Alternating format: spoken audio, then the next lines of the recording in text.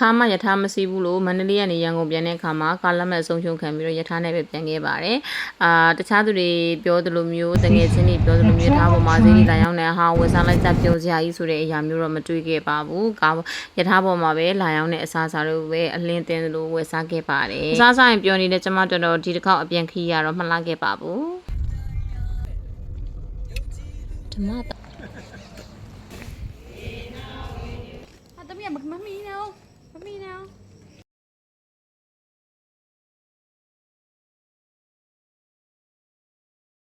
အလုပ်ကိစ္စကြောင့်အားချင်းမန္တလေးကိုသွားတဲ့အချိန်မှာအလုပ်တွေပြီးတဲ့အခါကျတော့မန္တလေးမှာရှိတဲ့ကိုယ်စားလှယ်တွေကရောင်ကိုရွှင်လန်းဆိုတဲ့နေရာကိုလိုက်ပို့တယ်။ရမ်းပြဖို့ကောင်းတယ်။ရောင်ရေတော့မကူတတ်ဘူးဒါပေမဲ့ရေတော့တိတ်ကြိုက်တယ်